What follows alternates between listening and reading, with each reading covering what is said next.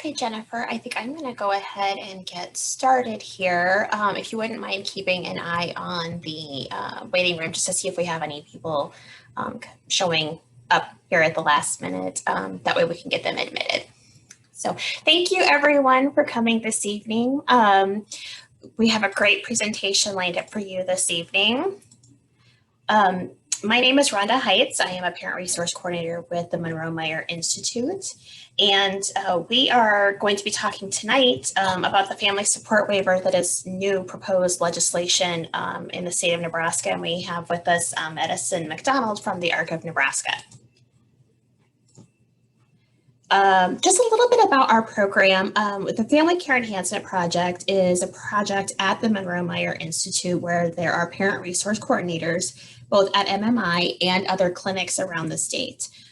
We are all parents of children with special needs or disabilities, and we have specialized training and work with families to help them locate resources, and navigate systems, and basically kind of help with some of those wraparound supports and have that lived experience as well.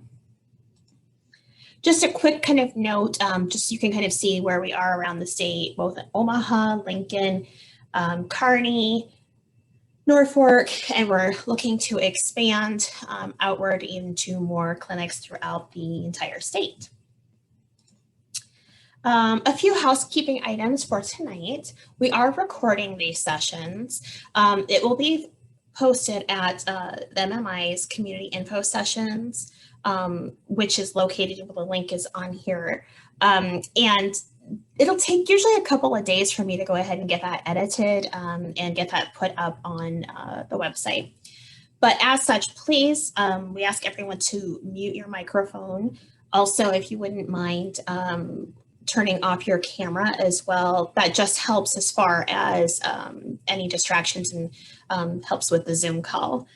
All questions then can be submitted to Jennifer Hansen in the Zoom chat. So there is a button down towards the bottom that says chat, and you are able to click that and then send those messages to Jennifer.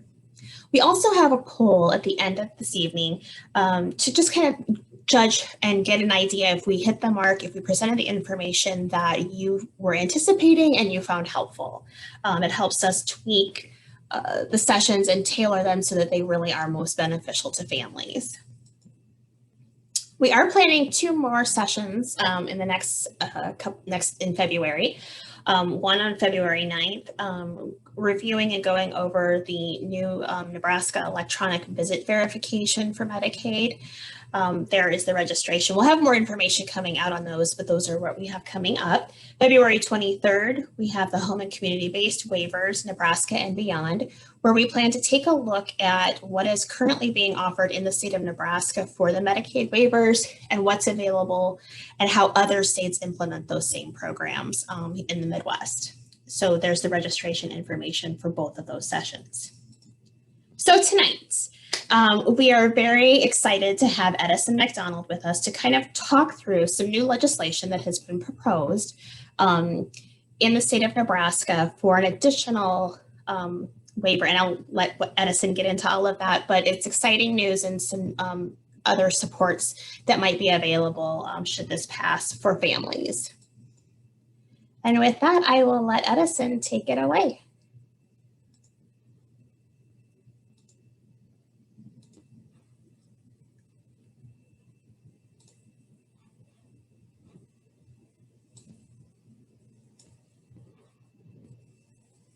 There we go. Okay, awesome. Now I can unmute. Thanks. Okay. Thank you for that excellent introduction, Rhonda. And I'm so excited to be here. And I'm really excited to be talking to y'all tonight about Family Support Waiver and how it can help kind of fix some of the issues in Nebraska and better provide services for families who are in need. So let's see, let me get this right. Can everybody see? Okay, awesome. So up here, you'll see some cute faces from some of the parents who I first talked to about 1.5 years ago.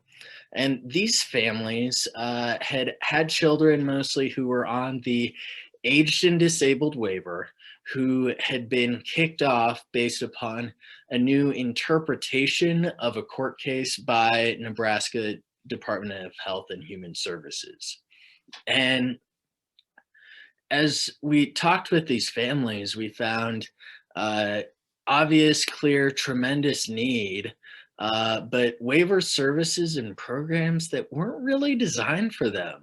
So we started to kind of take a deeper dive in to look at a variety of issues and figure out, not only with this, but looking at other issues like the developmental disabilities waiting list that has exploded from 2,300 to 2,900 people in less than 2 years. And look at the gigantic unmet need for families who aren't identified in our system, and really try and kind of get a better understanding of how we can remedy some of these issues. Tonight we're going to be talking just about LB 376 and about the Family Support Waiver, but hopefully this is just one step in a process to come. So overall tonight, we want to make sure that, and we're going to try and keep me on track. It's probably going to be difficult, but I'd like to focus in on discussing kind of current issues across Nebraska's programs. So the DD waiting list, the gaps in our services, provide an overview of kind of what we have, and then really start to go into the Family Support Waiver, and what you can do to help make sure that the Family Support Waiver moves forward. So the problem, as we talked about, Nebraska's set up this narrow eligibility criteria that really doesn't quite make sense. It's like it's just designed for adults with Down syndrome. We've got kind of two major waivers, the Developmental Disabilities Waiver and the Aged and Disabled Waiver. And those two waivers, as you can see in this chart that I kind of like to use, and this isn't perfect, but it gives you kind of a concept. These waivers are supposed to be stacked together, kind of covering the scope of age and disability. But what we have is two waivers that have significant gaps between them, and holes underneath and all sorts of other places. This leads to difficulty paying for medical therapies and durable medical equipment, costly specialized childcare, little or no opportunities for breaks or opportunities to socialize, and a disjointed system with a lot of gaps. And really, this makes it hard for families to just be families, and figure out how they can move forward. So the solution, we need to figure out how we can make sure that those children have access to Medicaid.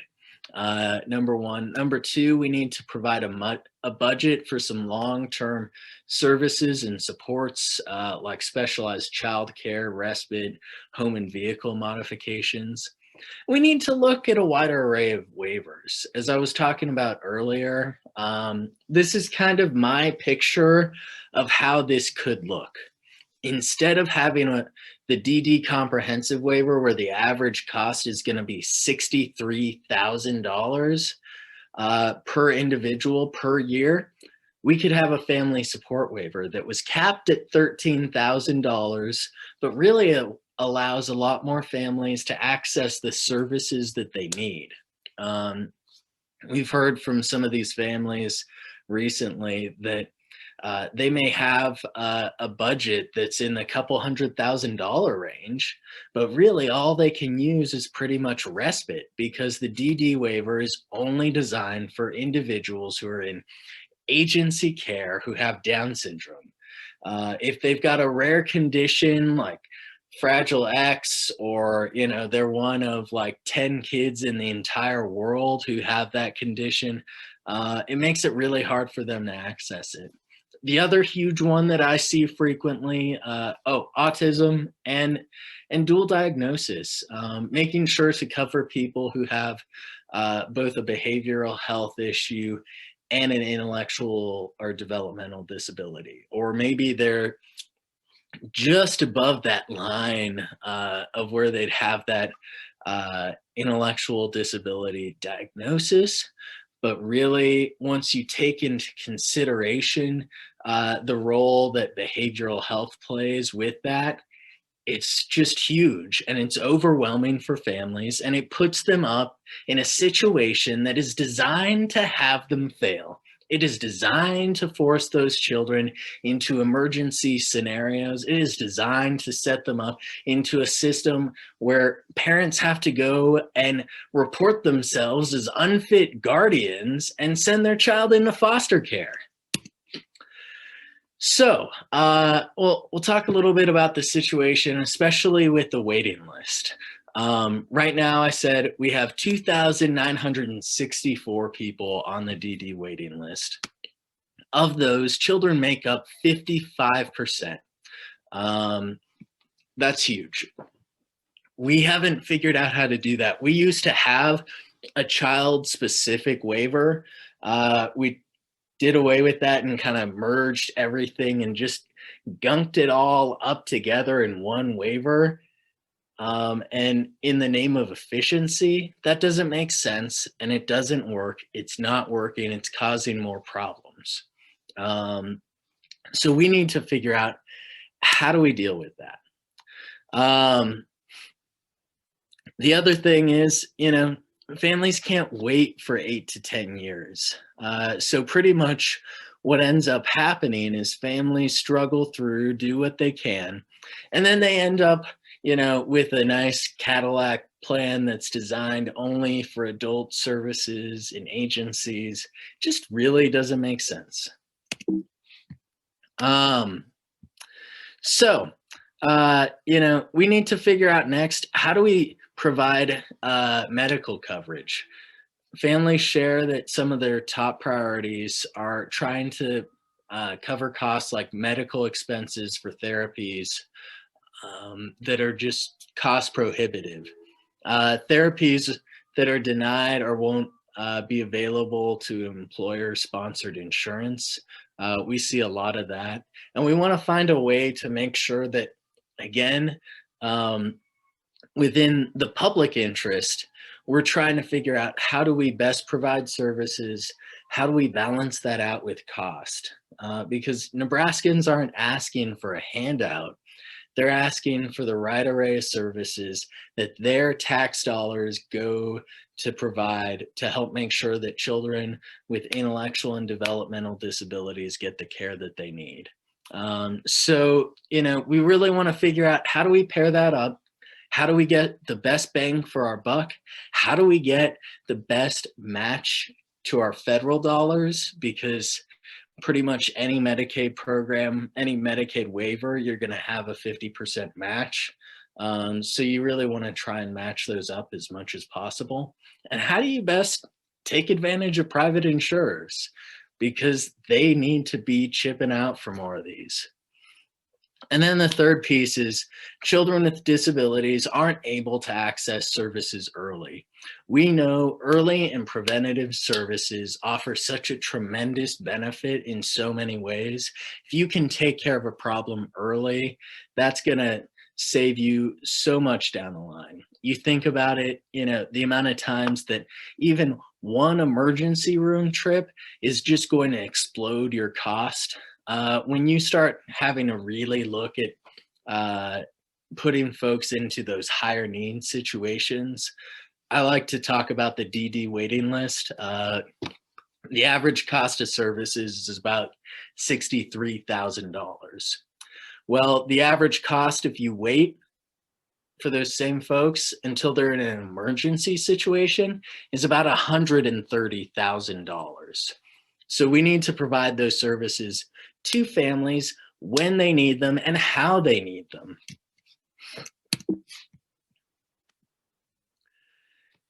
Next, we really need to figure out what those priority services are. And some of those include figuring out long-term services and supports, making sure to provide for specialized childcare, which normally is hard, but in a pandemic, I don't know, how do you do it? We have a daughter who had heart surgery, and I don't think there's anybody who I particularly trust to take care of her who I feel like has the necessary training and background. Respite services, again, same sort of deal. Like, you're really putting a lot of strain on families. And home modifications.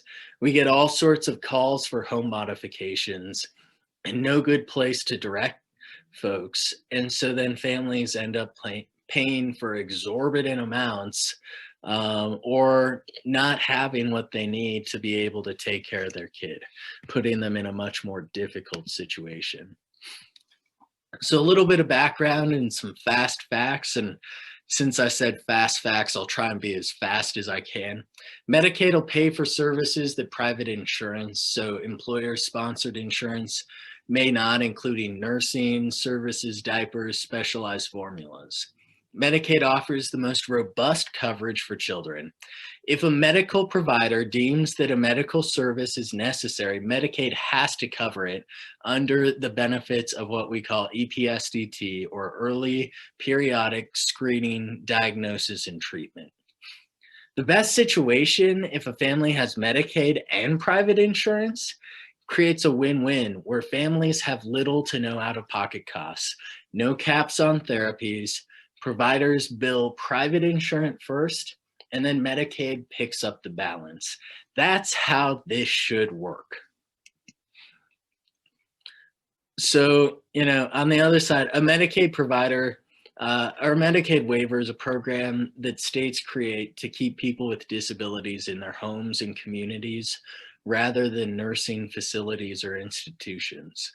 A little bit about the organization I work for, the ARC of Nebraska. We got started back in 1954 because a group of parents, advocates, and professionals said that we want to go and make sure that people with disabilities can live in the community. And there are a variety of reasons why they wanted to do that, including quality of life, but also it comes down to cost. The average cost to put somebody in an institution is more around $230,000 a year. So community-based services, talking like $63,000 sort of average, and especially once you get down to kind of your lower end, teenagers transitioning out of the system, you're at $19,000. Family Support Waiver, like we're talking about tonight, capped at $12,000. Not the average is $12,000, but a cap at $12,000. And then we're talking about $230,000 if somebody ends up in an institution. That's just nuts. That is not fiscally conservative as Nebraska claims to be. Going and putting families in the situation where they may risk that just makes no sense. So some states broaden the eligibility to include those at risk for nursing facility placement. Nebraska does not. This is really frustrating to me. The amount of times where I have someone who calls in, or a family I'm working with, who we know that they are almost undoubtedly going to have some sort of issue. Like, you've got a little grandma who's 60, 70, who has a grandson who is about 6'6" and 250 pounds, and starting to have some really violent outbursts. We know that's not going to end well, but we don't do anything to prevent it. We say you're out of luck until they're actually committing a crime, until they are sitting in a homeless shelter, until they have been put into the foster care system, or until they are sitting in our state's institution, Beatrice State Developmental Center. It makes no sense. We are going and pushing families to the absolute edge, and by trying to save a few bucks, we are ending up spending a whole bunch more. So next up, a Medicaid waiver covers non-medical services such as specialized childcare, home modifications, respite, etc., and typically provides a pathway to Medicaid coverage. This is huge because really this is about a whole a whole life way, making sure that we're really providing families the full array of what they need in order to be successful. Because we don't want to spend $230,000. We don't want people trapped in institutions. We don't want to have more foster care placements. So let's make the smart investment early, make sure that families get what they need now. So currently, there are really only two waivers that support kids with disabilities. The Developmental Disabilities Waiver and the 5 to 7 year waiting list is outdated. Now it's more, but we haven't had the full range to be able to catch that up yet. And the Aged and Disabled Waiver that's set at nursing home level of care.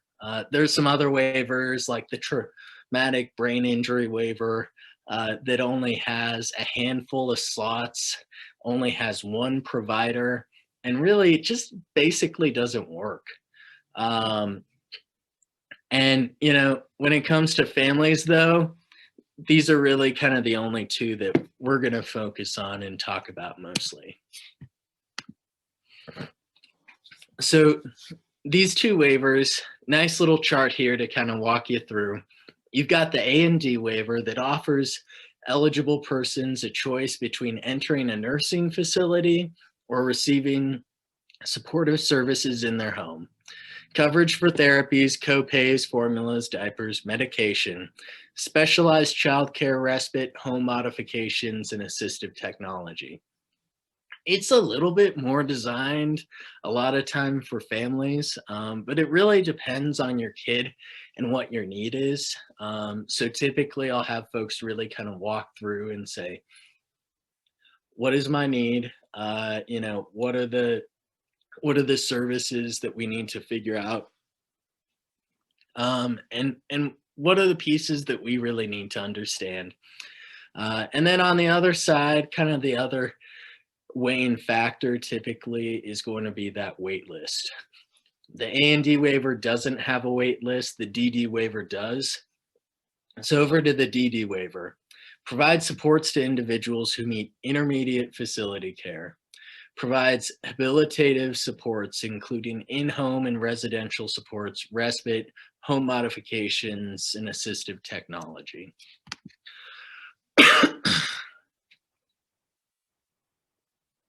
So next up within our scope, I kind of want to talk about how this plays in, because it's not just the Medicaid waiver. We want to talk about kind of the full scope of somebody's life. So this is really more person-centered. So currently, there are 50,415 children, or 15.4% of total children in Nebraska schools receiving services. But we don't really go through and compare comparably. If you were to go and look at how we provide services within DHHS, those kids, or a significantly larger amount of them, should have access to services, but in Nebraska, they don't. That kind of gives you a little bit of a bigger picture of all the folks who have more of those needs, who aren't being addressed, who aren't being provided the services, most of whom don't even know that the services are out there or that you can get them in other states. They're just struggling day to day. Another key factor, foster care. So there are 3,269 children who are state wards living out of home care who had a diagnosed disability, or 53.7% of them. That's huge. We have a massive problem when it comes to our foster care system. And not just within the provider agency that provides our foster care case management services, as some of you may have seen in the news recently. We have failed to really go and create a system that helps to support families and ensures that folks don't feel pushed to the edge where they have to give up their kid. We want to make sure families succeed first. Some of those root causes also really show off where we deal with some of these issues. 282 of those children, the child's behavior was a key factor for their removal. 28 specifically listed their child's disability, and 44 were mentally ill and dangerous.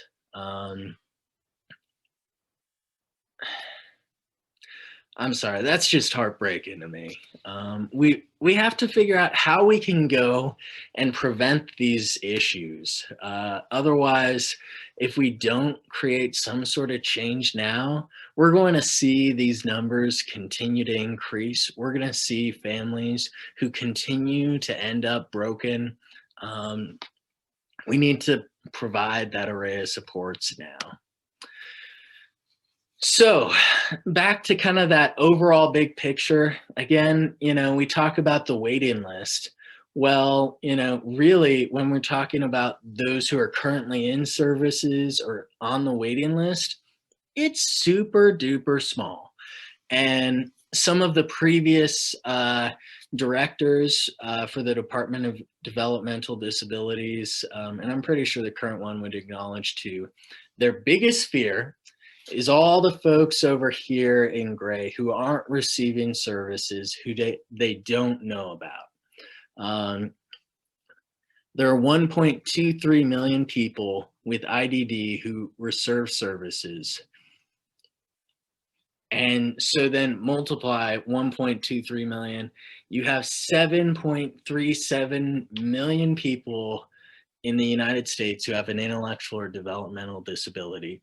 These are all the folks that we're not serving. These are all the folks who their families, their communities, their churches, the local grocery store, they're stepping up to go and figure out how they can support, but they're struggling because they don't have the array of services that they should have. And I think, when we talk about services, a lot of times folks will get really zoned in and they say, well, we need to talk about the people currently receiving services and the cost of services. And, we need to maybe talk about the waiting list. Maybe they'll open up that much. But then we have all these other families that aren't getting anything. And those families need help. So without that adequate support, families as caregivers face medical bankruptcy, loss of jobs, underemployment, because, a family member has to stay home or can't work as much as they would otherwise. Increased stress, divorce. This is always a really hard one. When I take calls from families, I have to go through and I just say, here's where your situation is. Here's kind of why that is.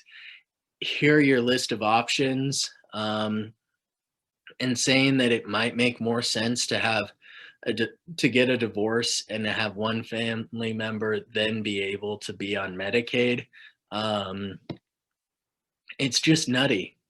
And then dealing with their own health conditions and everything else in their life, siblings, just all becomes secondary or tertiary.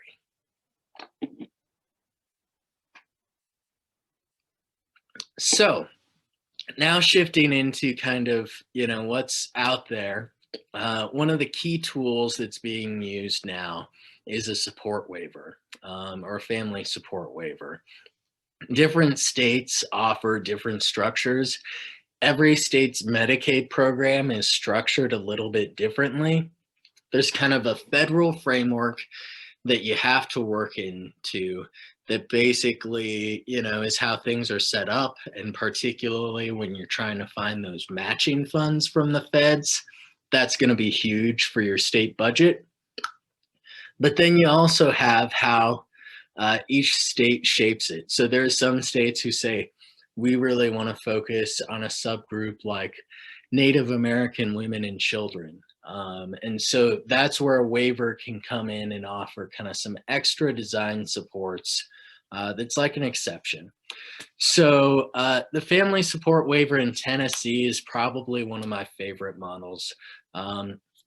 It provides essential family supports, $15,000 as a budget. The waiver name is Employment and Independent Living Support Waiver. And with the budget of 30 to 36,000, you're going to make a lot more sense for a lot more folks.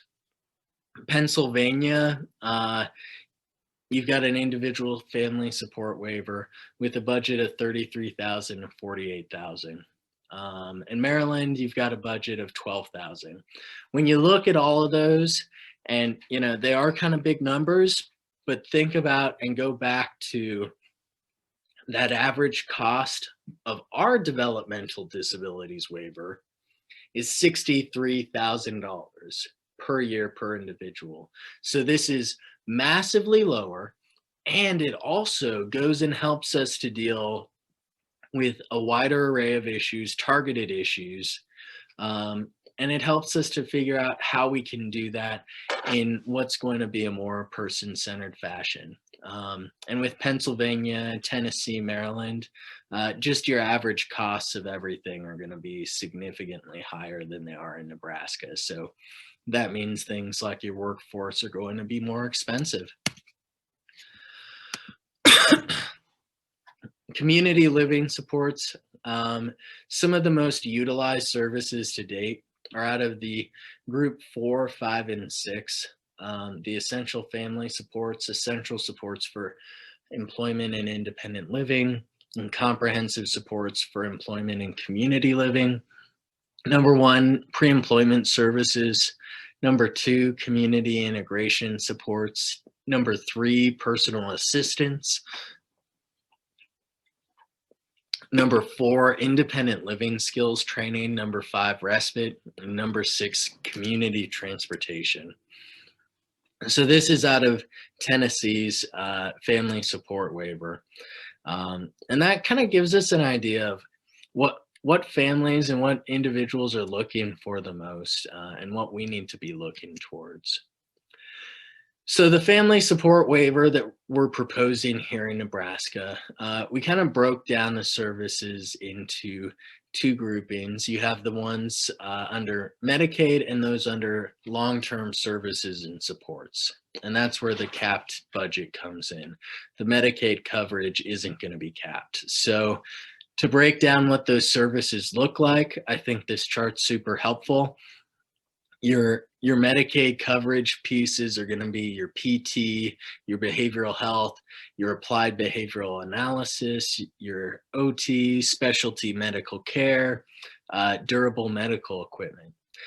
And your long-term services and support, so those non-Medicaid services, that's where you get into the home modifications, vehicle modifications, specialized childcare, respite, and independent living skills training. That's where, Medicaid, you really start to get into the shift more within the LTSS array of services.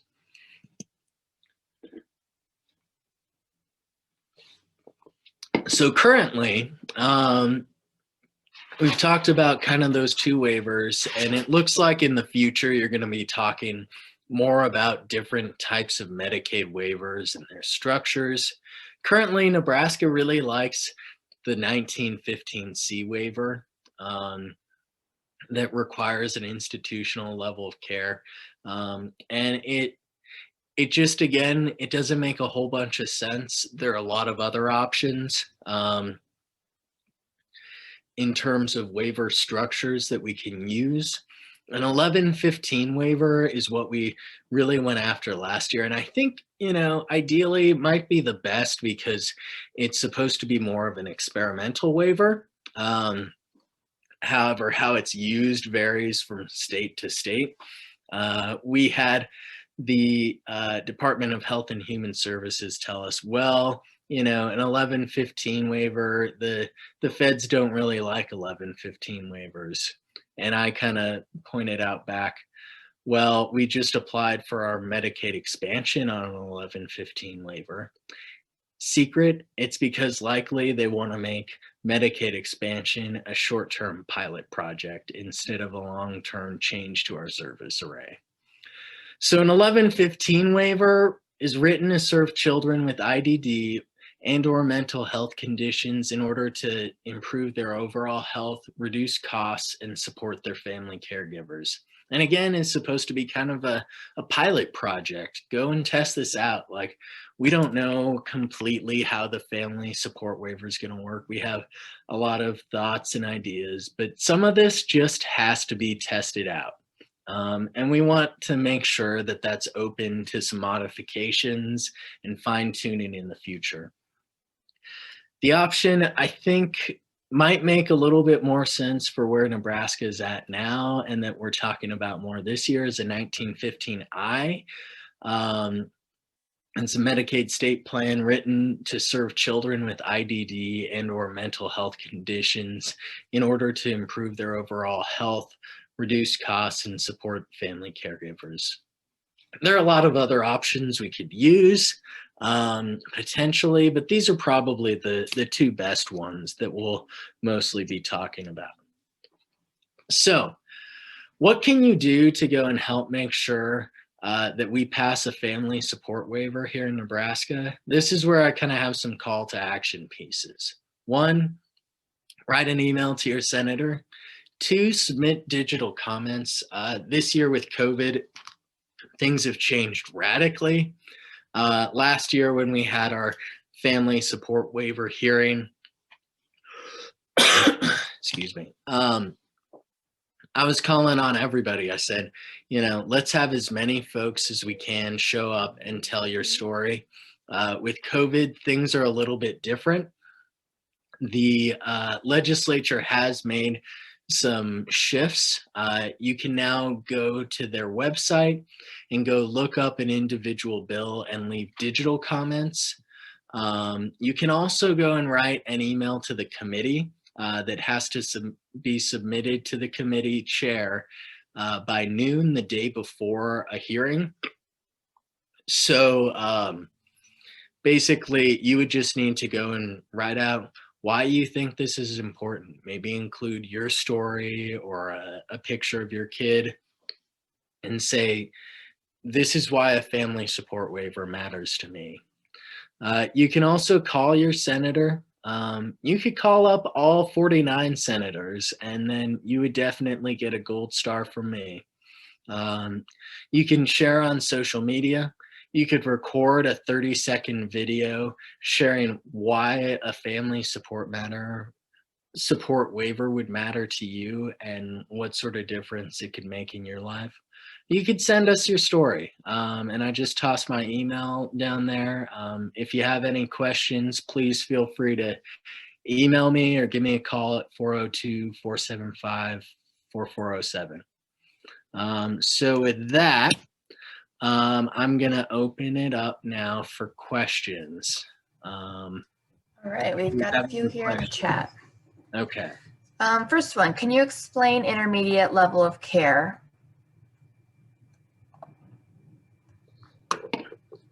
Yeah, so basically, when it comes to different levels of care, what we're looking at is kind of what sort of level of supports you're going to need. And so kind of some of the key ones you'll be looking at is institutional nursing level of care, or what's the one I just talked about? Oh gosh. Intermediate. Yeah, sorry. Yeah. So yeah, that's really what they're talking about when we say intermediate level of care. And it's basically for patients who, require more than kind of your average custodial level of care. And they may require nursing supervision, but it's not really at that like skilled level of care. Most insurance companies aren't going to cover that. It's kind of another key piece there. So yeah, does that answer your question? think that covers it. Okay, we've got a comment in here.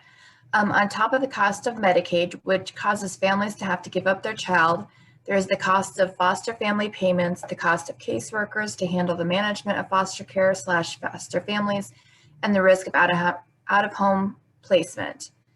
I mean the lack of coverage and services which cause out-of-home placements. Yeah, no, I think that's huge. And just last week, as I said, we had a hearing on the new foster care case management company, and the mismanagement there has just been absolutely horrific, and it really it set families up in some very difficult situations.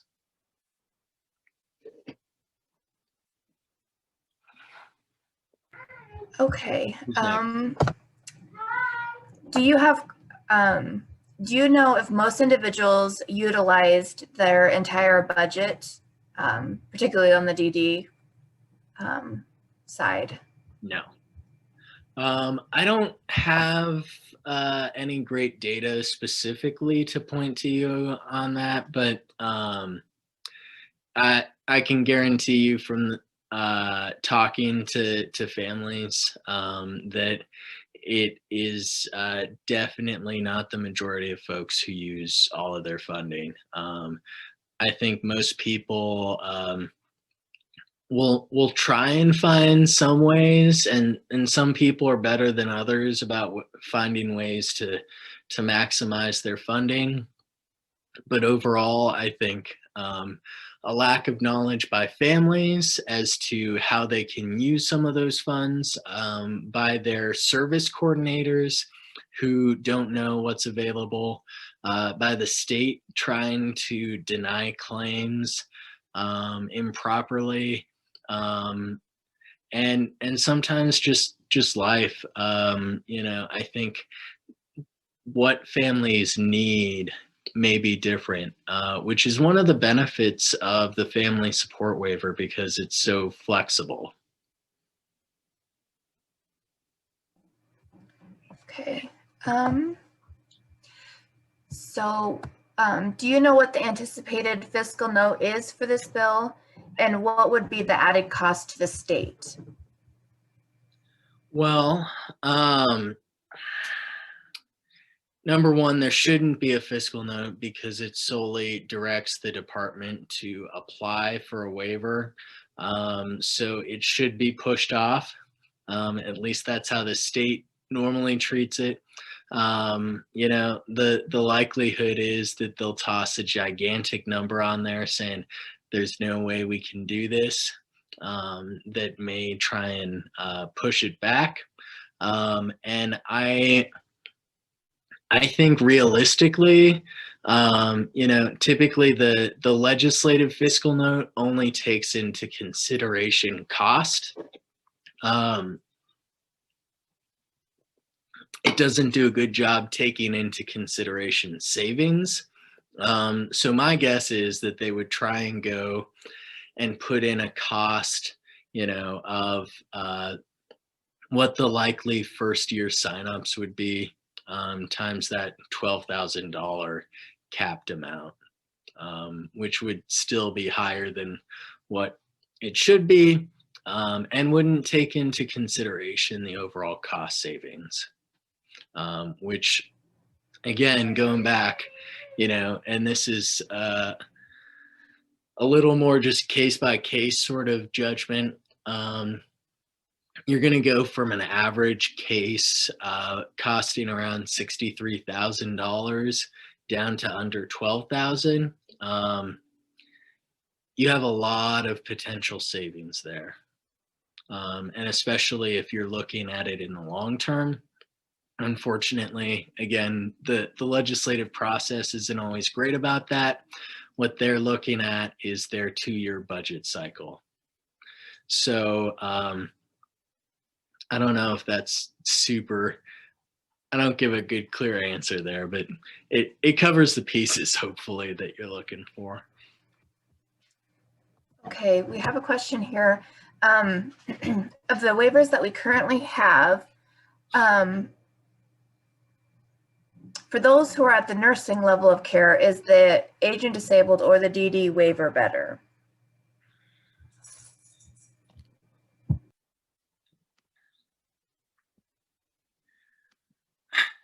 I mean,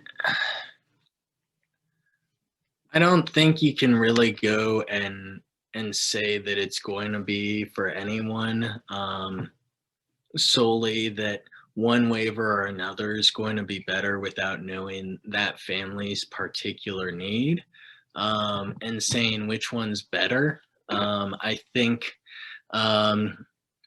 it depends on the array that you're looking for. I think most folks, if you're talking nursing level of care, there's a high likelihood folks are looking towards the Amd waiver. But it could legitimately be that the DD waiver better covers what some of those families need. I think it just really depends on the individual. So there's my non-answer. Okay. So what exactly is the process? If we contact our senators and we tell them that we want this, what is the ongoing process then to get the bill through? And what happens next? Yeah. So kind of long range, you're going to have first, the bill will have a hearing, likely within the next month.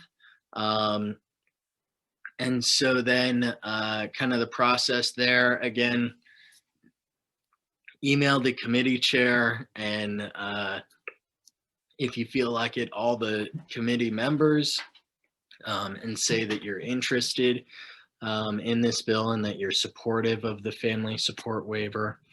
And I'm gonna have to real quick, I have completely forgotten all my bill numbers because I'm still crash coursing through all the bills. LB 376. And it also would be helpful to copy either myself or Senator Michaela Cavanaugh, the sponsor. Then kind of the next piece is getting it out of committee, which since it was introduced last year, a lot of the committee members are familiar with it. And I think we've got some pretty strong support there. And so then it's whenever we can get it out of committee. Then eventually it'll go to the floor and the whole legislative body will debate it. And that's when it'll be more beneficial to talk to senators outside of the Health and Human Services Committee.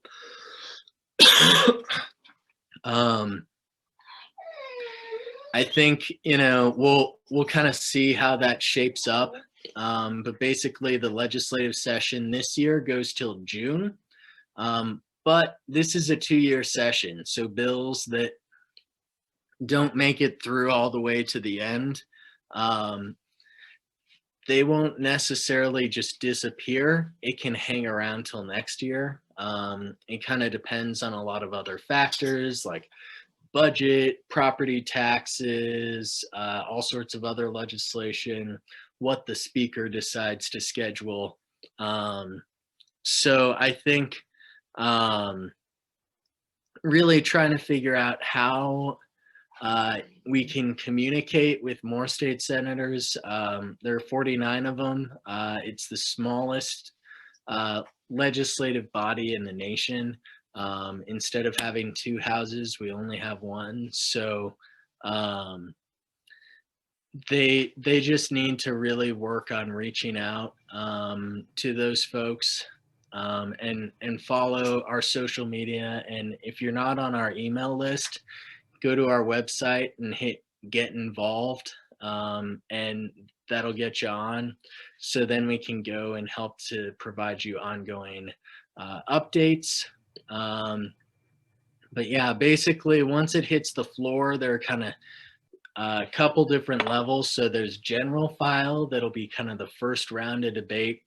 select file where they that's where they'll make more of their technical amendments more. And then final reading, that's just kind of a once more last chance sort of, is there anything that we're missing? And so with all of that, normally we would say go down to the Capitol and you can pull your senator off the floor. This year, that can't happen. So if you want to talk to your senator or a senator, your best chance is to call them, or you can try and set up a Zoom call. We've got our annual senatorial dinner. It's a luncheon coming up February 2nd at noon. And we'll have, I think, 33 of the senators at that who will be excited to talk to people with disabilities and their families. We'd love to have you join us. If you go to our website, you can sign up. And there we're going to have Zoom rooms for folks to be able to chat with folks. Could you maybe explain how people find out who their senator is or who the senators are on the Health and Human Services Committee? Yes, that is a great question. Let me see. File, new window. This is going to work.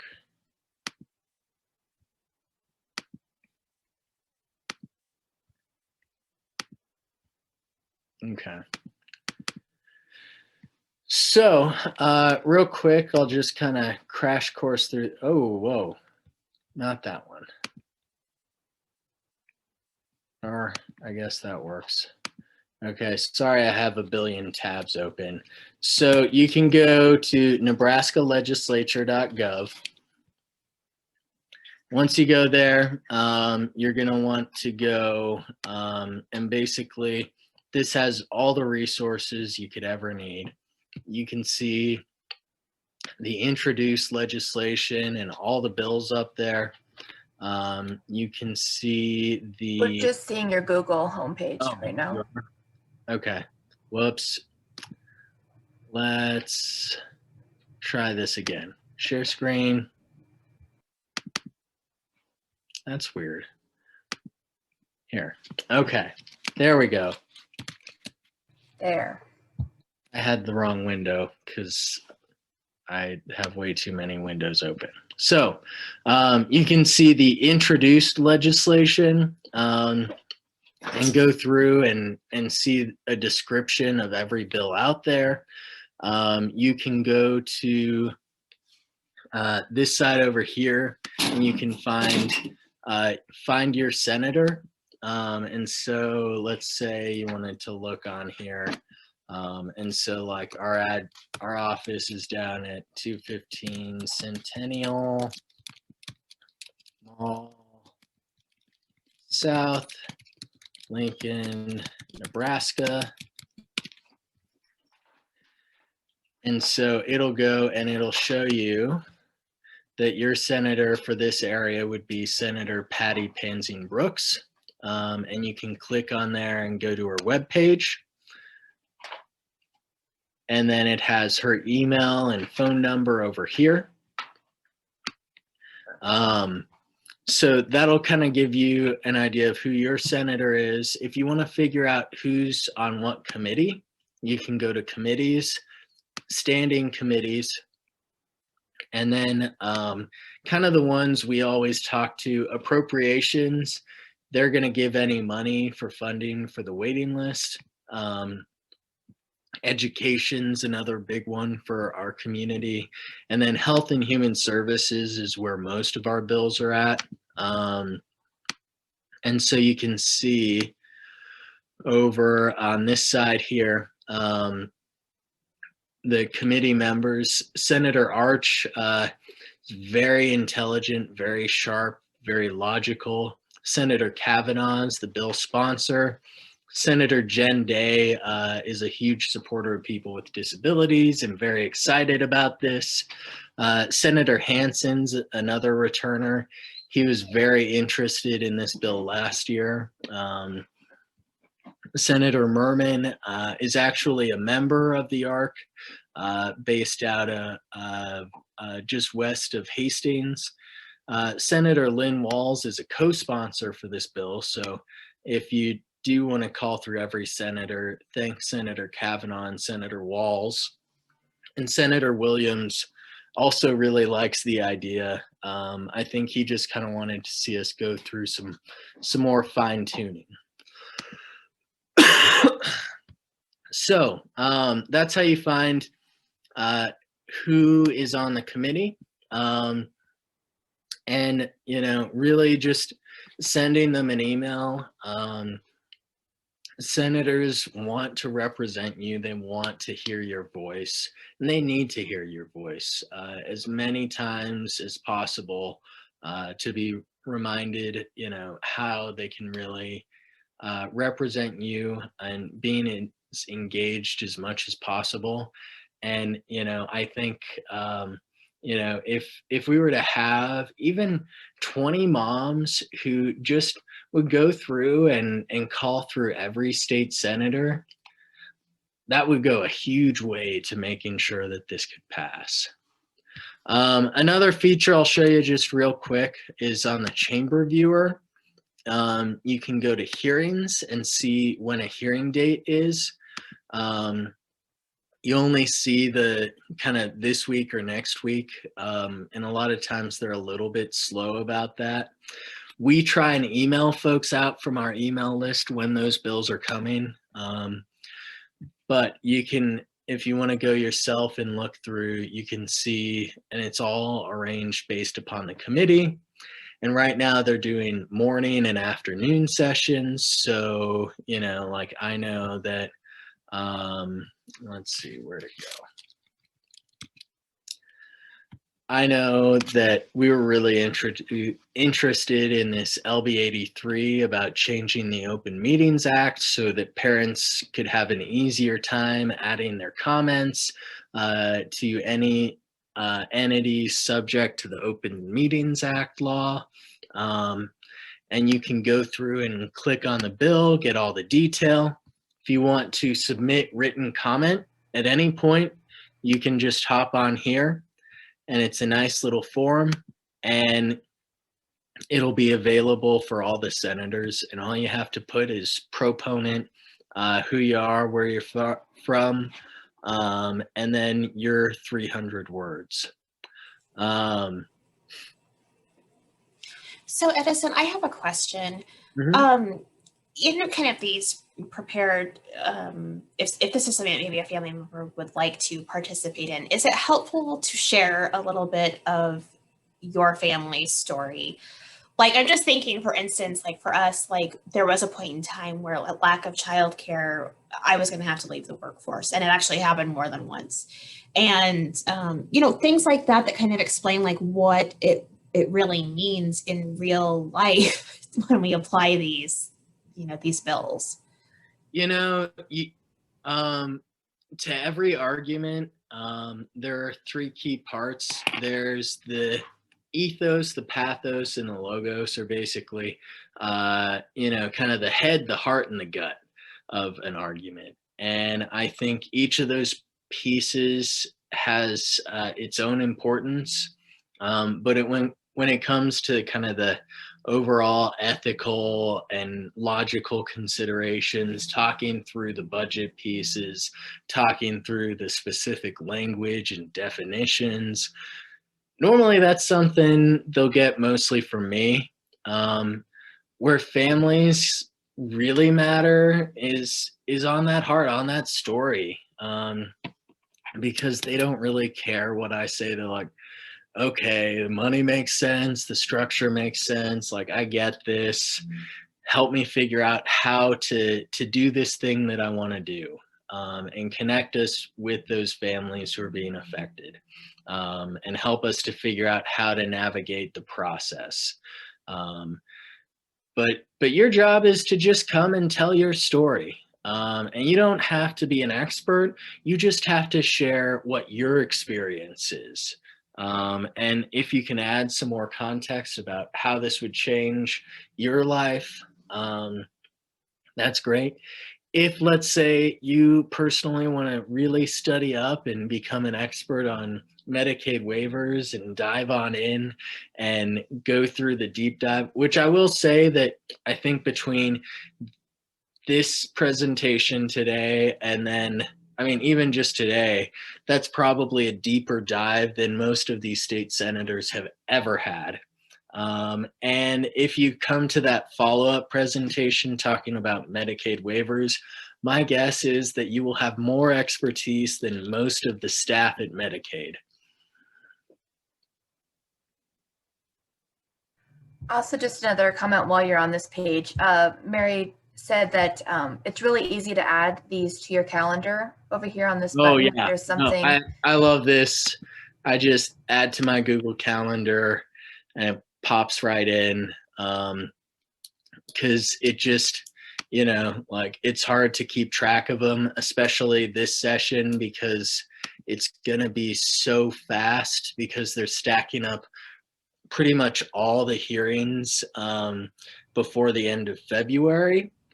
So then if COVID does kind of outbreak again, they can make sure that everybody had a chance to participate and get their public comments in, and then the senators can just kind of have their deliberative time.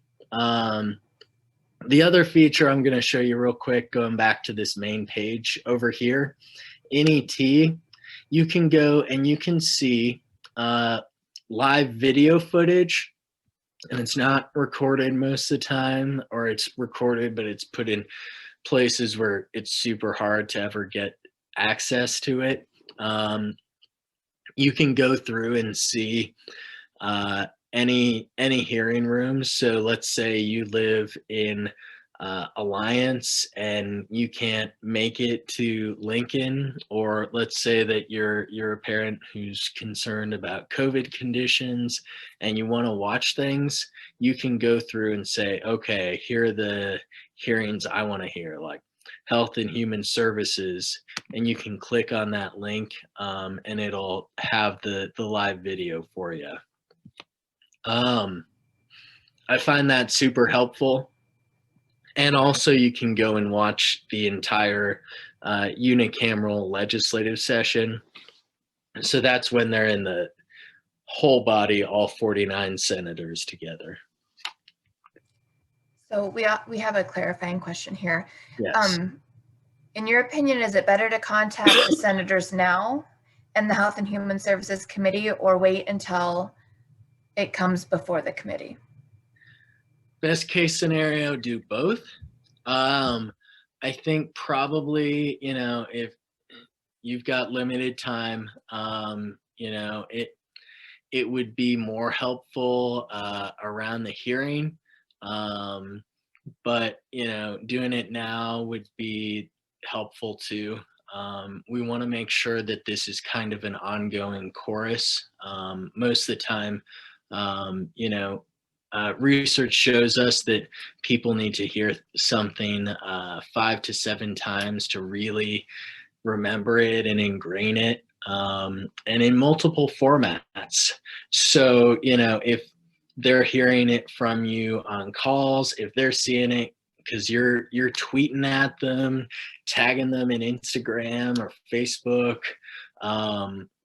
then they're going to remember a lot more likely. And they just need that constant, like, hey, reminder, just by the way, this is overwhelming for me. This is my whole life. But for you, it's just a bill. It's one of 700 bills that they have to deal with this session. And so they are overloaded with all this content, and we have to find a way to cut through the noise and to remind them. And it's not going to be, you know, me talking about facts and figures that they're going to remember. It's going to be your story. It's going to be pictures like the ones we shared of those kids. It's going to be you really lifting that up. Whereas, you know, if you're really going to go and dive into the deep nitty-gritty details, a lot of them, they're their eyes are just going to kind of gloss over at some point. So yeah, let me figure out how to go and get them through all of that. And you tell them a story about your kid, about your family, about why this matters, because the heart's a much better pathway to go and connect with people. Okay, now we have a question. What kind of effect would this have on the existing waivers? Yeah, that's a great question. So I think one of the biggest concerns folks will talk about initially that don't really have a lot of knowledge about this is that they'll say, well, why would we go and provide services on a new waiver when we already have this giant waiting list?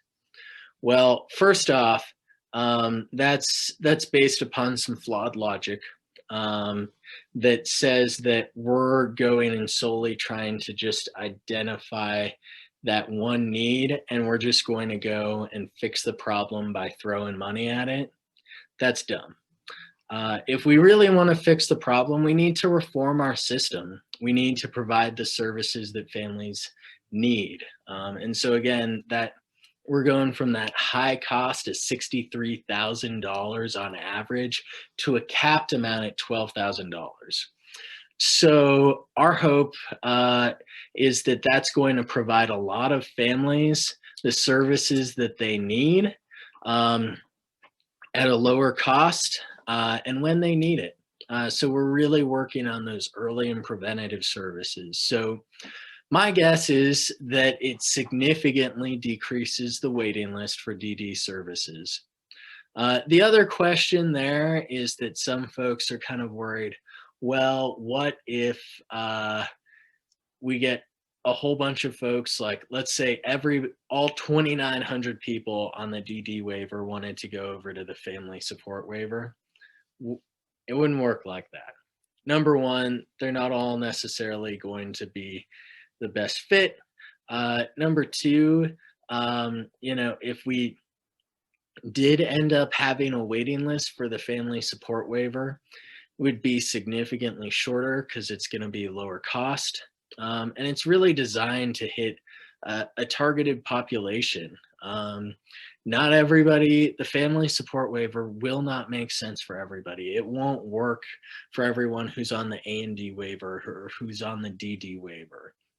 So we're trying to go and kind of balance this out and walk through, both the quality of life, person-centered plan, make sure that we're figuring out how to balance out those federal matching dollars and private insurance dollars, and then also figuring out how do we go and provide something that'll be more cost effective. And that's what this is going to do. It's going to open up a larger variety of funds and ultimately bring more of those federal dollars and insurance dollars into the state. And it's going to save us in the long run because, as we talked about, those high priorities on the DD waiting list, those priority 1, 2, 3, foster care, emergency placement, and institutional care, they're way more expensive. I mean, it's basically you're going and jumping from something that's going to be more of a, like $19,000 person sort of cost to $100,000 to $130,000. So, in terms of the array, you're going to have a different array that's targeted for those individuals, but you're going to end up providing those families what they need when they need it, so that they don't end up in those emergency situations. They don't end up having to put their child into foster care. They don't have to put their family member into an institution. Does that make sense? Yes. So another clarifying question. So individuals would be able to still access the comprehensive DD waiver if that met their needs adequately. No. This doesn't change our current waivers at all. It just provides a new offering and a new pathway. And, you know, again, even if we had a waiting list on the family support waiver, my guess is we really need to be looking not at the waiting list, but at unmet need. Um, so that includes those people who are on the waiting list. It includes people who don't necessarily fit into the definitions around waivers that we currently have. It includes the people who are on the Amd waiver or who are on the DD waiver, but that's not the scope of services that they need. And then that fourth category, going back to that graphic, 80% of the people with IDD are not served nor recognized by any state. And those families have a tremendous amount of need. And we're trying to go and help make sure that they also have a pathway forward. Okay, so is this waiver only for children or is it lifespan? And would there be a limit on how many slots would be available on the waiver? You know, that's a great question. And I think that's going to be kind of up in the air. We really designed it for children. But I think that it makes more sense as a lifespan sort of waiver. Really providing that full array of services across the life. Because for a lot of individuals with IDD, I can think of one of our board members in particular. It would make a lot more sense to have their kid at home instead of in an agency for them. But that's not what our services are structured for.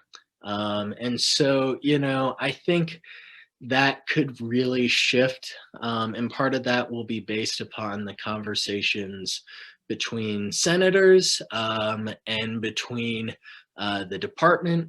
But honestly, I'm open to either one. I think, in the long range, we for sure would like to see it be the full lifespan. But for now, if we're just focusing on kids, especially with that high number of kids on the DD waiting list, that would still be a tremendous step. Okay, question about the budget. Is the $12,000 cap set, and is it going to meet family needs? A vehicle modification will max that out fairly quickly. If you need full-time specialized childcare, the provider is going to be getting approximately $5 per hour. Current waiver providers are getting paid double that, and it is a struggle to get those providers. Yeah, those are good questions.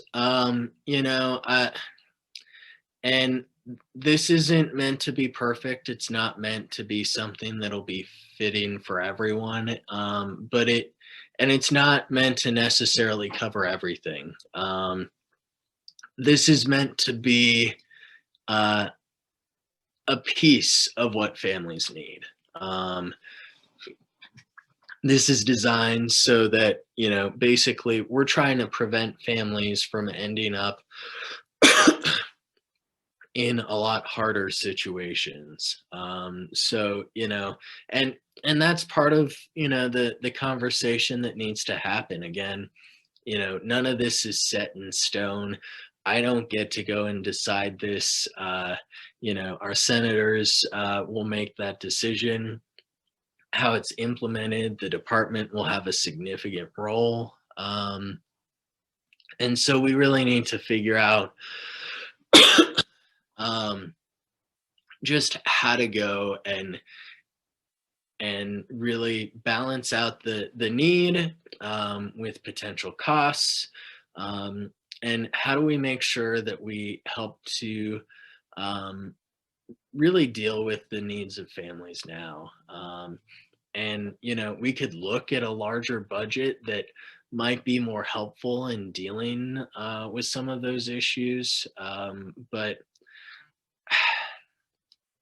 I don't know if that's going to be in the cards quite yet.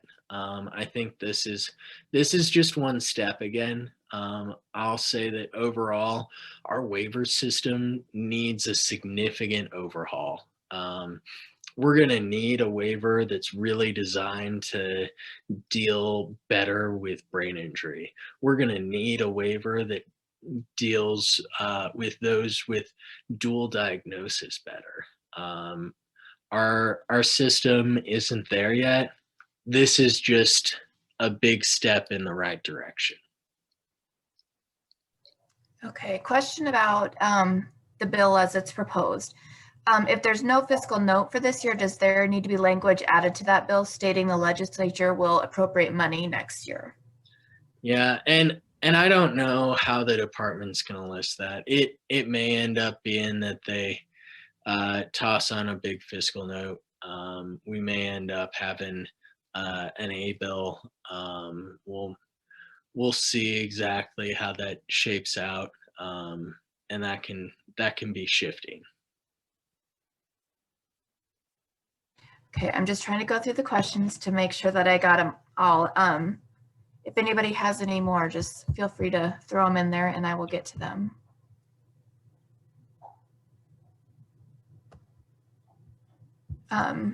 We do have a question here. So to clarify, once they are on the family support waiver, can you still get on the DD or the Amd waiver in order to get the rest of the services that you need?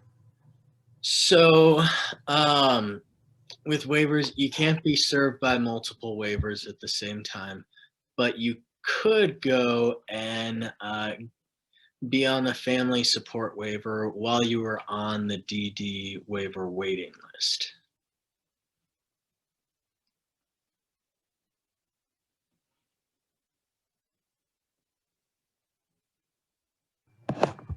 Okay, I think that might be it for questions here, unless somebody has somewhere they want to throw in.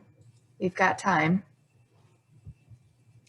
I just wanted to make a comment. I think this kind of sets up kind of really nicely the presentation that we're going to have in a couple of weeks on home and community-based waivers, Nebraska and beyond. That is actually going to be looking at kind of what are some of the services, what are the other waivers that are available in other states. I'll just give you a for instance. My family, we actually live in Iowa, and Iowa has 7 waivers. And so, you know, what are the differences between it? What makes those different? And kind of understanding the process of how states really can kind of define what they want in their state, so that knowing the different things that are available, what other states have done, you know, working with the families that we do, sometimes we have them come from out of state and they don't realize how different those services and supports are going to look once they get to Nebraska. So that can be a little bit of a shell shock sometimes for them. So if that's something that you're interested in learning more about what other states offer and what maybe the possibilities are, and maybe like what Edison was saying, if we need to be looking at things that maybe changes that made, what might that look like?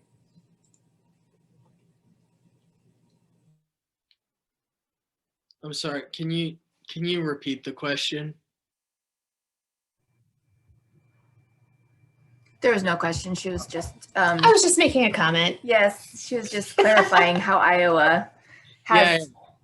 Yes. No, I think Iowa is one example of another state, and it's frequently a comparison state for Nebraska because it's just across the river for so many. And when you look through at other states and their Medicaid waiver options, there are a lot more options out there. And, you know, I think that brings up a good point. A lot of folks will say, well, you know, we want to go and keep our waivers more compact, and we'll increase efficiency that way. But again, that's not what's happening. We're not going and serving those families in the way that they need with the tools that they need. I talk about it like going and trying to use Phillips head screwdriver when you need a flathead.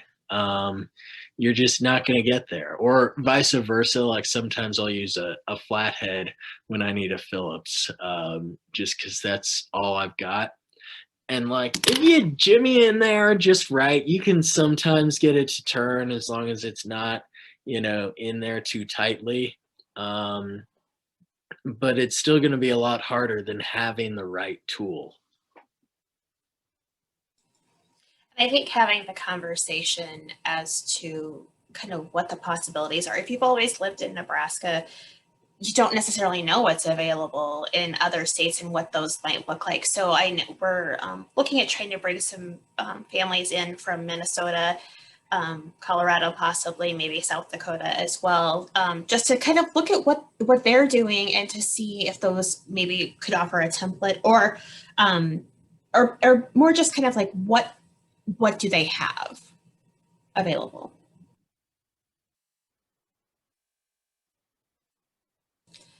Are there any more questions from our participants this evening for Edison? There's none currently in the chat. Okay, so what I think I will go ahead and do, we do have a quick poll that would be really helpful for all of you to fill out. If you wouldn't mind, it's like 5 questions that will help us understand if this was helpful, if this is something that maybe you'd want to have more information about. One thing I did want to ask Edison quick, would this be available, the slides for the participants that we could maybe send out with some of that information? Yeah, I was supposed to send that to Jennifer and I had some technical issues. So we'll get that in the next few days here. Sounds good. Sounds good. Well, we really appreciate Edison coming out this evening. If you have interest in, getting connected with the ARC of Nebraska, I know that information was available, and I can follow up with an email to all of our participants who are registered with contact information for the ARC and Edison. So if you would like to know more or get connected, you can do that. Otherwise, I really want to thank everyone for coming this evening, spending a little bit of time with us to learn a little bit more about what's coming down the pike and things that are being discussed. And we really look forward to having you share your insights as to if this was helpful and coming and visiting us again for our future sessions.